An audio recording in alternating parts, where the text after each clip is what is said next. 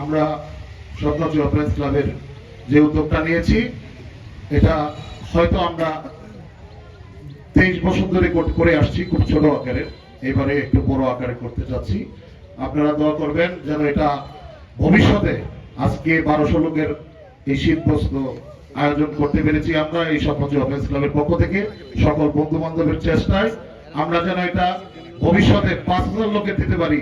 আমরা ইতিমধ্যে আমাদের সংগঠন থেকে অসহায় রোগীদের চিকিৎসার জন্য আমাদের সাধ্য অনুযায়ী আর্থিক অনুদান প্রদান করছি। এছাড়াও স্বেচ্ছায় রক্তদান সহ দরিদ্র শিক্ষার্থীদের প্রয়োজন অনুযায়ী শিক্ষা উপকরণ বিতরণ করছি। আমাদের যে একটা ভবিষ্যৎ পরিকল্পনা রয়েছে, ভবিষ্যতে আমরা অর্থ ক্লাবের নিজস্ব অর্থায়নে এই করগাঁওয়ে আমরা একটা বিরাট বড় মেডিকেল ক্যাম্পিং, যেটা আমরা প্রতি বছরই করার পরিকল্পনা ইতিমধ্যে হাতে নিয়েছি। এছাড়াও মাদক নির্মূলে সচেতনতা বৃদ্ধিমূলক কর্মসূচি পালন করার আমরা ইতিমধ্যে উদ্যোগ নিয়েছি।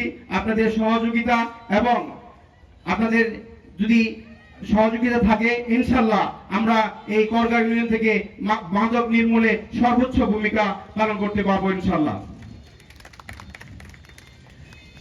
আমি বিনয়ের সাথে দেশের সকল বিত্তবান মানুষের কাছে আহ্বান করব, আপনারা আপনাদের জায়গা থেকে আমরা যেভাবে স্বপ্নচূড়া ফ্যান্স ক্লাবের ছোট্ট একটা সংগঠন, মাত্র 96 জন সদস্য আমাদের ক্লাবের, এই 96 জন সদস্যদের নিজস্ব অর্থায়নে আজকের এই অনুষ্ঠান করতে পারছি, সেই জায়গা থেকে অনুপ্রাণিত হয়ে আমরা এই অনুষ্ঠান করছি। এই জন্যই যারা এলাকার বিত্তবান মানুষ আছে তারা যাতে আমাদের এই কাজে অনুপ্রাণিত হয়ে বিত্তবান মানুষরা আমাদের সামনে যারা দাঁড়িয়ে আছে, বসে আছে, তাদের জন্য এগিয়ে আসতে পারে, আমি সেই উদাত্ত আহ্বান করব।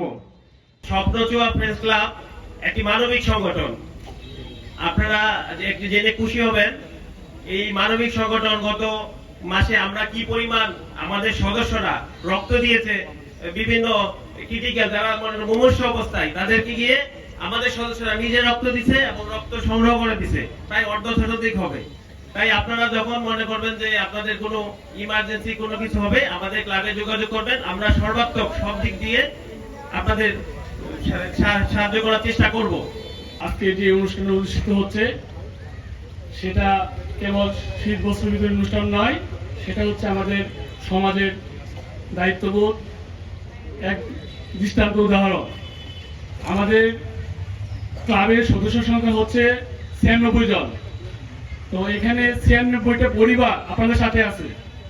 আমাদের বন্ধু সভাপতি সবাই বলে গেছেন যে যে ধরনের সমস্যায় পড়বেন আমাদেরকে জানাবেন। শুধু শীত বস্ত্র বিতরণের মধ্যে আমাদের কার্যক্রম সীমাবদ্ধ নয়।